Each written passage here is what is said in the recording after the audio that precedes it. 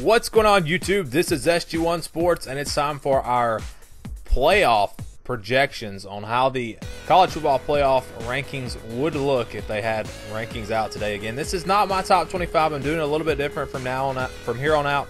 I'm going to show you what I think the playoff committee, how they will rank these teams based off of all the factors that they use. And it's hard. I know some people don't understand, why is this team moving up if they lost, or why is this team moving down if they won? There's a lot that goes into it. Teams don't just move up and down. You start from scratch every week. You rank the teams. Some of those from week to week you're not going to understand, just like you won't understand with the playoff committee, but that's just how they do it.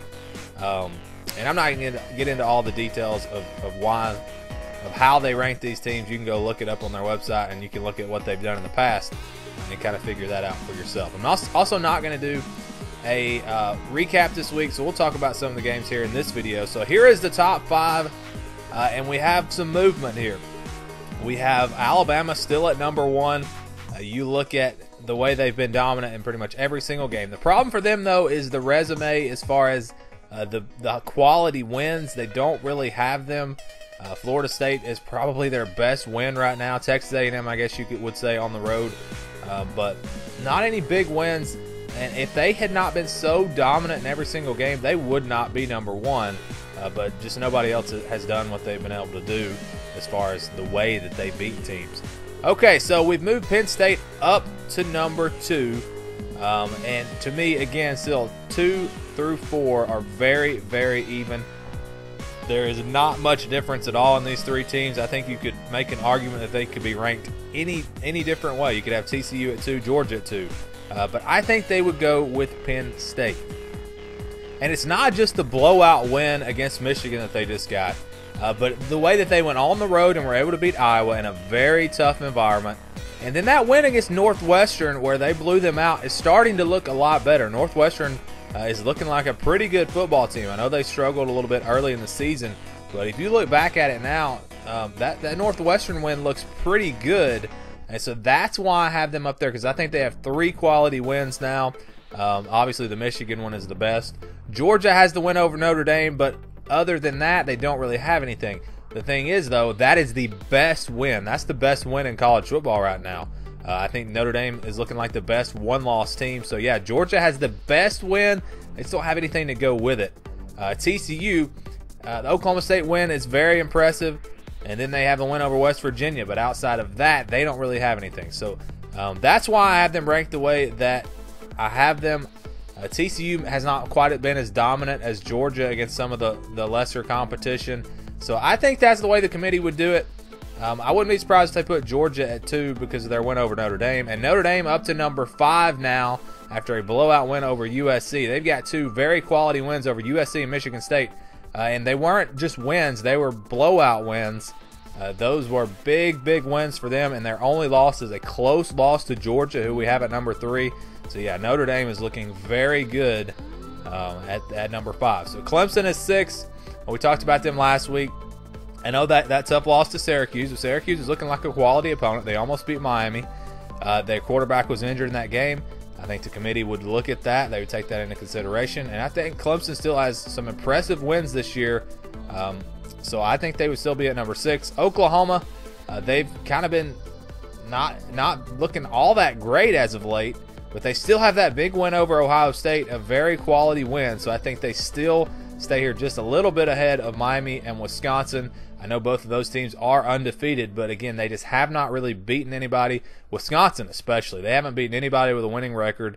Miami's best win is Florida State, who does not look good. Syracuse is a decent team. Georgia Tech is a decent team, but they really need a quality win, and they'll have their chance with Notre Dame coming up. And then Ohio State at 10. They don't have that big win, but they have really looked good as of late, and their one loss is to a top 10 team. All right, now moving on to 11 through 15. Michigan State at number 11 after a close win over Indiana. They have the big win over Michigan. They've got the quality win. They've got some pretty good wins like Indiana, and their one loss is to Notre Dame. Virginia Tech is a team to watch out for. I know they lost to Clemson, but they've got a win over West Virginia. A very impressive win over Boston College, who just beat Louisville. So I think Virginia Tech deserves that 12 spot. Washington, really still no quality wins. So, you know, really after you get past the top 10, a lot of these teams, or pretty much all these teams, just don't have any real quality wins. Washington does not. NC State even does not have any great wins right now. Louisville is probably their best win. Oklahoma State's best win is Texas, maybe. I mean, you're just not seeing the quality wins from these teams, and that's why they're very hard to rank. Washington State at 16 has a win over USC. That's a nice win, but then they have a bad loss to Cal. UCF still undefeated. They've played some pretty good teams, so perhaps I'm a little low on them. Maybe Central Florida should be higher. South Florida at 18.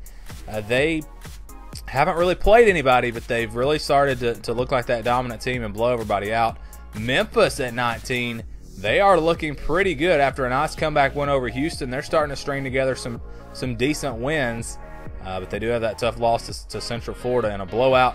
USC, I know they just got killed by Notre Dame, but they've still got some decent wins on the schedule, I think, on their resume. I think they have 3 decent wins: Utah, Texas,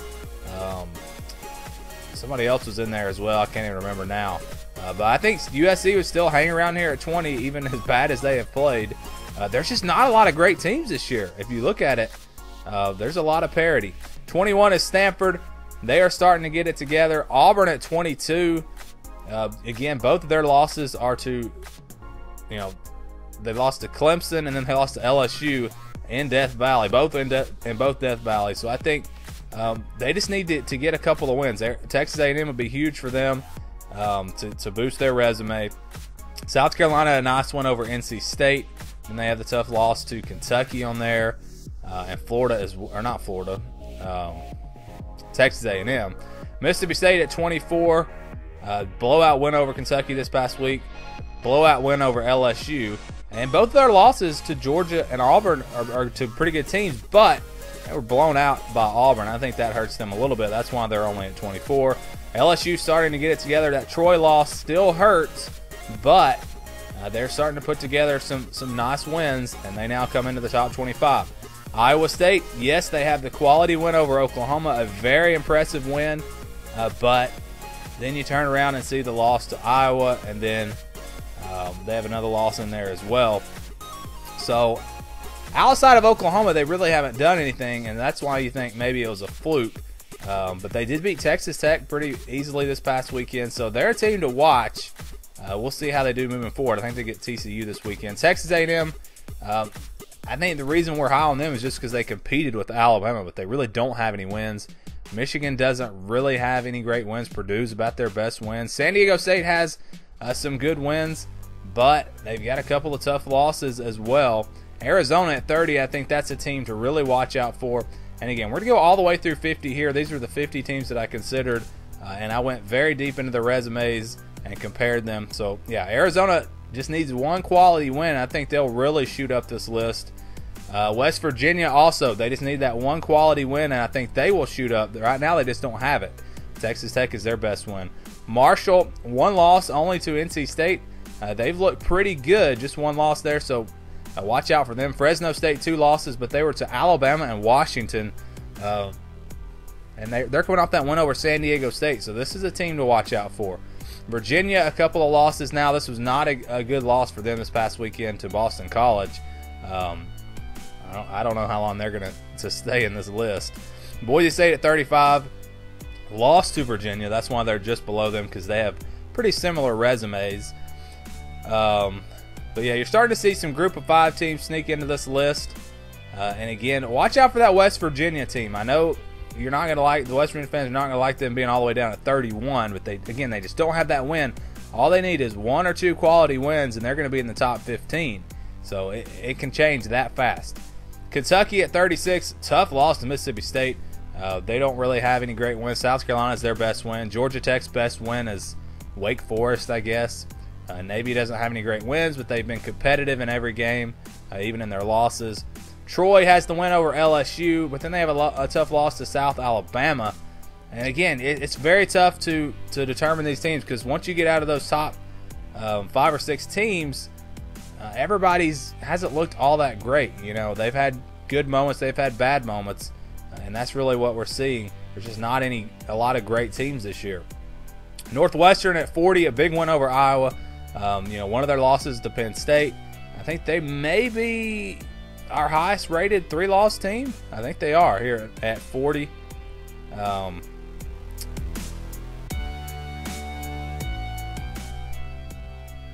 There was a mistake in here somewhere. Arizona State is supposed to be at number 40 because they were my highest rated 3-loss team with their win over Washington.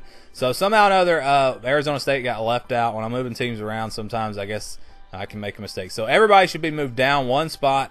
Arizona State should be there at number 40.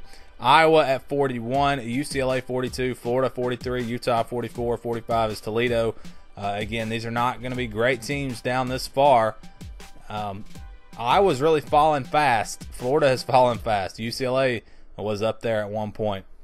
Utah was up there at one point. So you're seeing 4 teams here that were at least close to, if not in the top 25 not too long ago. And that's bugging me now about Arizona State because I think they actually had them